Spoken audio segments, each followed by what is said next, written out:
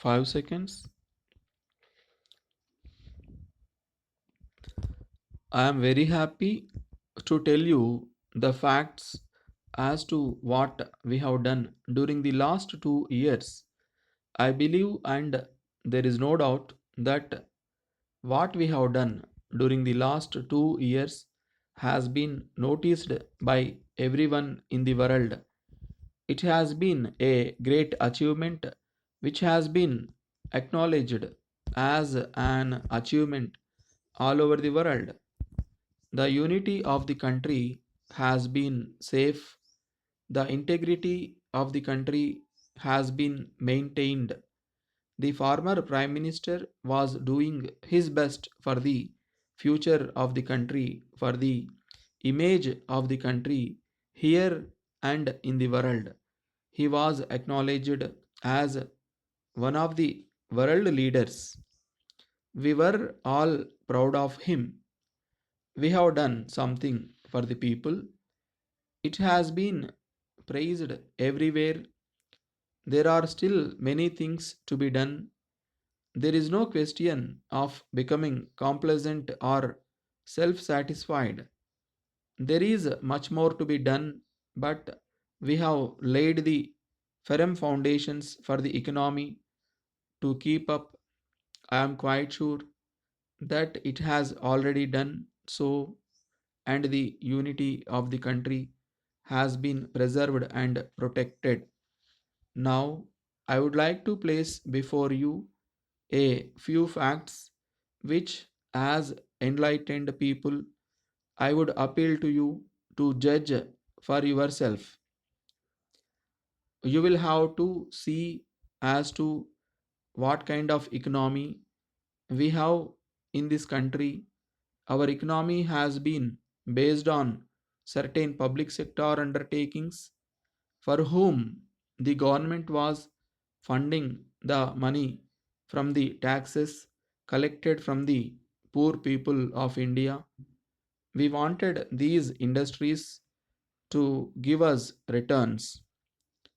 That is why we had calculated plan after plan that these undertakings would earn profits for the government, which are to be invested back into industry.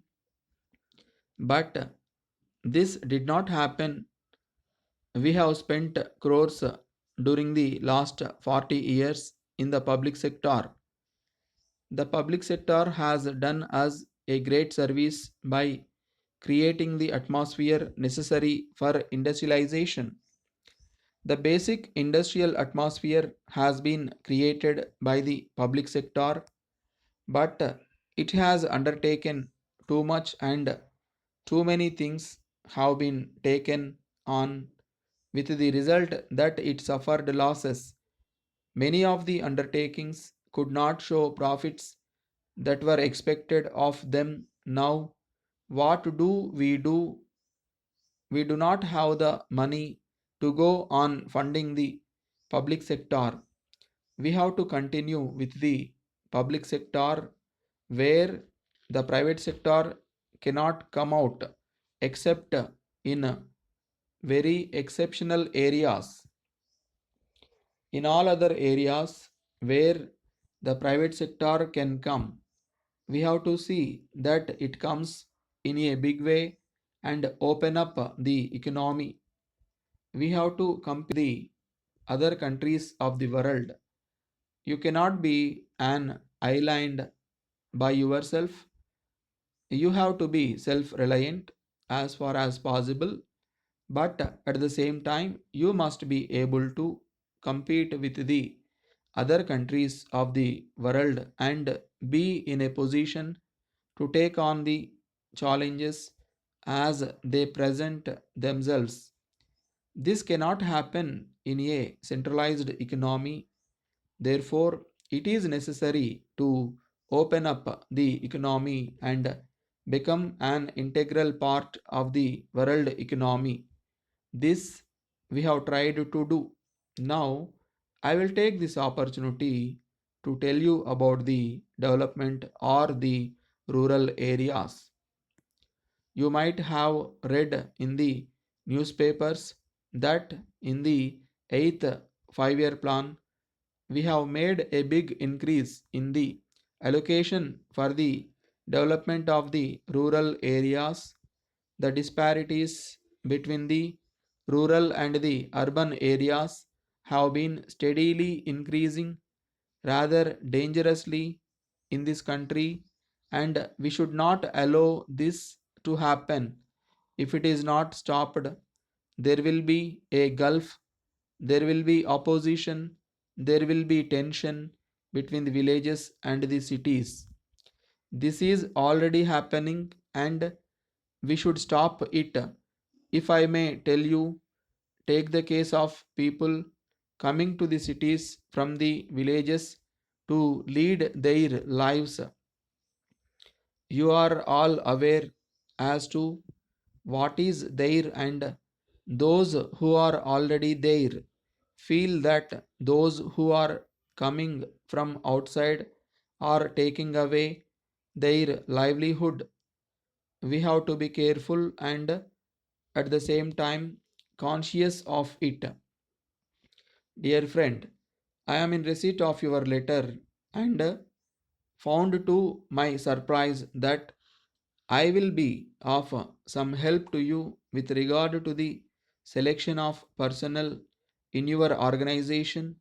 I am very much thankful to you for having chosen me to assess the standards of certain individuals whom I know personally because of the profession in which I am. I appreciate in the first instance that you have decided to select candidates for which you laid your hands on the persons of utmost integrity, honesty, and the highest standards in the field. I believe that the candidates so selected by the persons on whom you placed that responsibility would certainly rise up to the occasion and deliver the goods expected of them under any circumstances. No doubt, to my mind and to the best of my knowledge, your organization is serving the needs of many poor people by supplying basic goods at a low price, for which you deserve praise of the highest order.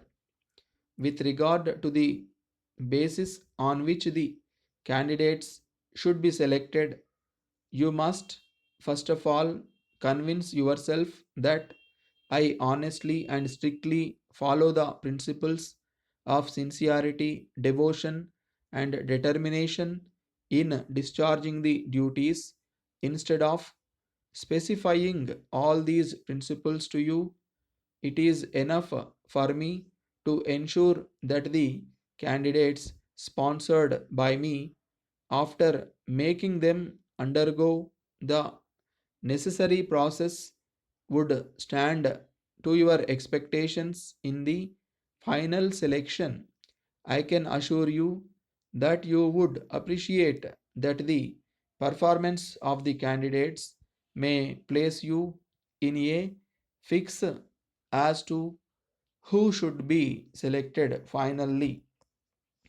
However, the final list of candidates to be sponsored by me would be sent to you by end of this month without any change in the schedule.